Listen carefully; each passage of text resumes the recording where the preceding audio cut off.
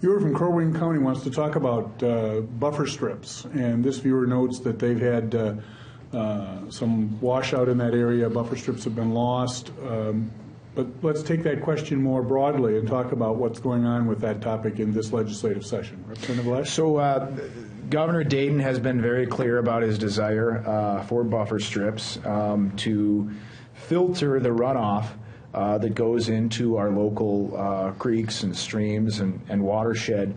I think the governor has been incredibly humble about this as well, because despite the things he's done for Lewis and Clark last year and his proposals this year, Lewis and Clark, for our viewers, being the pipeline that is bringing water to parts of southwestern Minnesota. That's right. That's right. And I'll be quite frank. There are folks in my neighborhood who said Lewis and Clark was required because of the policies of the farmers themselves in southwest Minnesota. And now we're giving them money, essentially encouraging bad behavior. I think it's more complicated than that, but there's no question that buffer strips and the water quality problems do absolutely impact how much money we're spending. Are we going to be doing that more in the future? Putting all that money into projects like Lewis and Clark because of the problems we created. The buffer strips proposal by the governor is a reasonable step forward. Most people who live along the Mississippi, and more than half the population of Minnesota lives within 5 miles of the Mississippi, know that the largest source of pollution for the Mississippi River is the Minnesota River. Now, the Minnesota River, of course, is named as it is, cloudy water that Representative Erdahl probably knows because of the runoff and the silt in there. With the amount of farmland that river goes through, it really affects the water quality the rest of us have to deal with.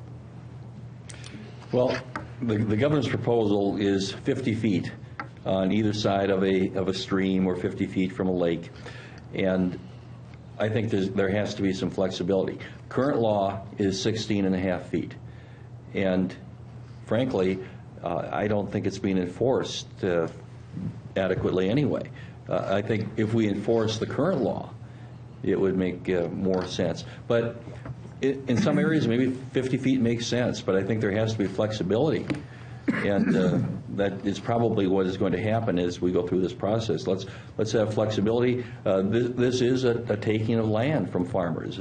I think I've seen a figure: 175,000 acres of land could be lost in this. But of course, we shouldn't be farming that land up to the stream anyway.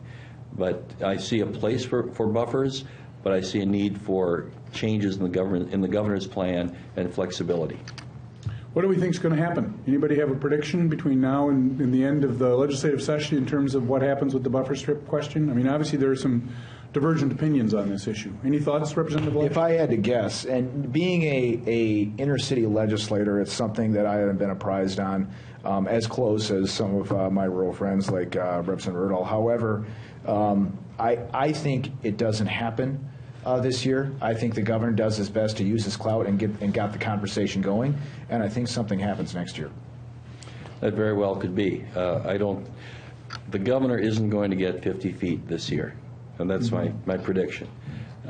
And probably the conversation will continue into the next year. We have a biennium. This is the first year. The second year is next year, and this is the year we do the budget, but we still do policy things, and we still do bonding, I hope, next year. I would note, though, that this is one of the most important functions of a governor, using sort of the bully pulpit to get a conversation started. But for the governor's action on this, we wouldn't be talking about buffer strips. All of a sudden, everyone's wondering, what's a buffer strip? Why do you need that much space between crops that are fertilized and have pesticides put on them and the watershed? Does it really matter? Well, all of a sudden, people are talking about that now, and I think it was a stroke of genius on the part of the governor. He genuinely wants this, but I think he understands the power that he has in bringing it forward in the first place as well.